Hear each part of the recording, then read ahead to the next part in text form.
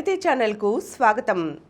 మనం మహనీయమూర్తులు అనే ఈ కార్యక్రమం ద్వారా ఎంతోమంది సమాజ సేవకు అంకితమైన వారి జీవిత గాథల గురించి తెలుసుకుంటున్నాం కదండి.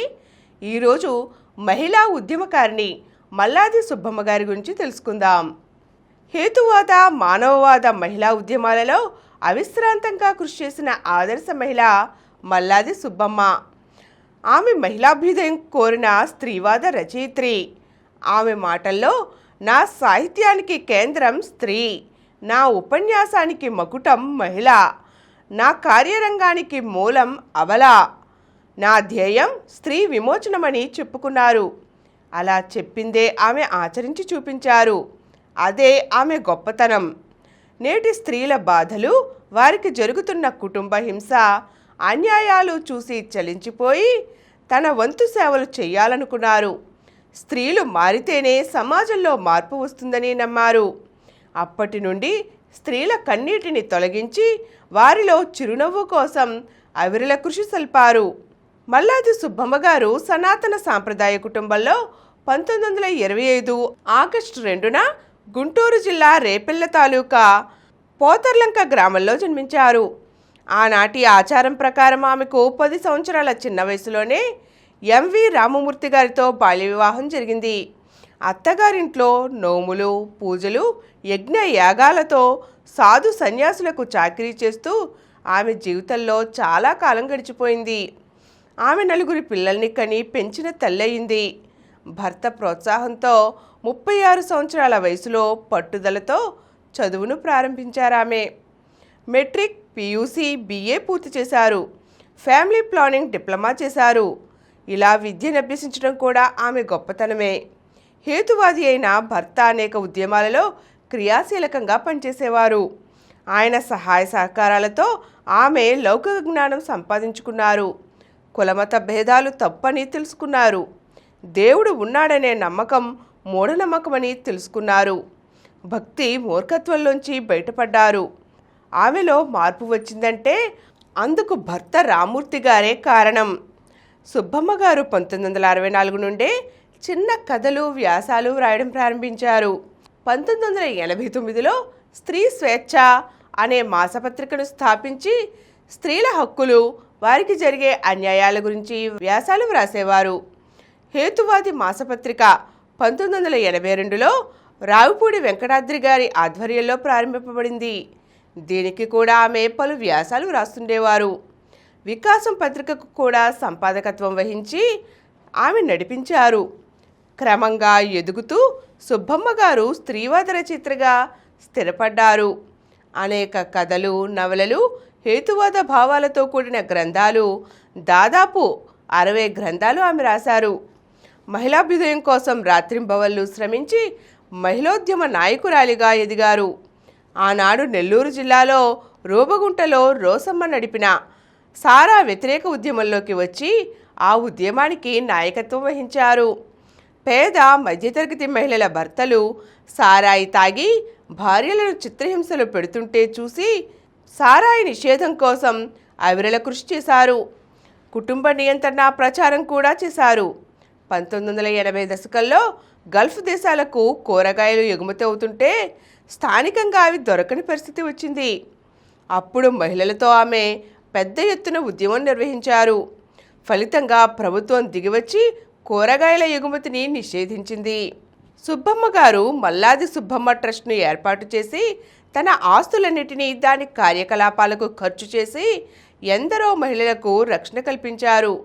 మహిళాభ్యుదయ సంస్థ అధ్యక్షురాలిగాను, అభ్యుదయ వివాహ వేదిక డైరెక్టర్గాను, వైవాహిక సలహా కేంద్రం కార్యదర్శిగాను సేవలందించారు. సుబ్బమ్మ గారు 1980లో సుబ్బమ్మ షెల్టర్ హోమ్ స్థాపించి అవసరమైన మహిళలకు వసతి కల్పించారు. మహిళలకు కుట్టు, టైపింగ్లలో శిక్షణనిచ్చారు. హైదరాబాద్ శివారులో నార్పింగి గ్రామంలో నిరుపేద వృద్ధ మహిళల కోసం ఒక వృద్ధాశ్రమాన్ని స్థాపించారు.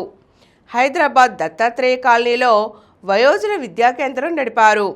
ఇలా స్త్రీల కోసం ఎన్నో సంస్థలు స్థాపించి స్త్రీ జనోద్ధరణకు జీవితాంతం కృషి చేశారు.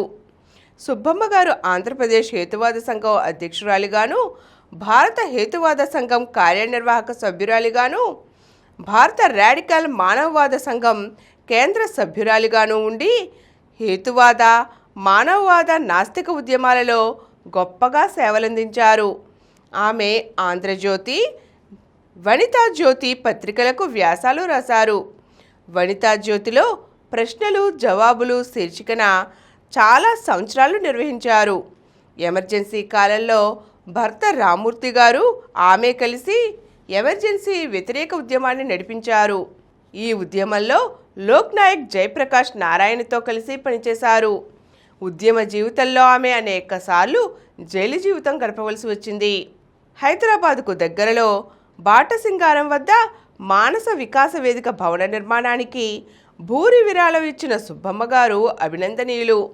అలాగే పిఎస్ఆర్ నడుపుతున్న నేత్రదాన సంఘ కార్యకలాపాలకు ₹1,00,000 అందజేశారు. ఇలా ఎంతోమందికి, ఎన్నో సంఘాలకు ఆర్థిక సహాయం అందజేశారామె. స్త్రీల దుస్థితికి ముఖ్య కారణం మతం.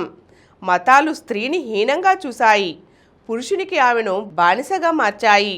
ఈ విషయం మీద సుబ్బమ్మ గారు ఇస్లాం స్త్రీలు, క్రైస్తవం స్త్రీలు, హైందవం స్త్రీలు, మత శాసనాలు, మహిళల హక్కులు మొదలగు పుస్తకాలను వెలువరించి స్త్రీల గొప్పతనం చాటి చెప్పారు.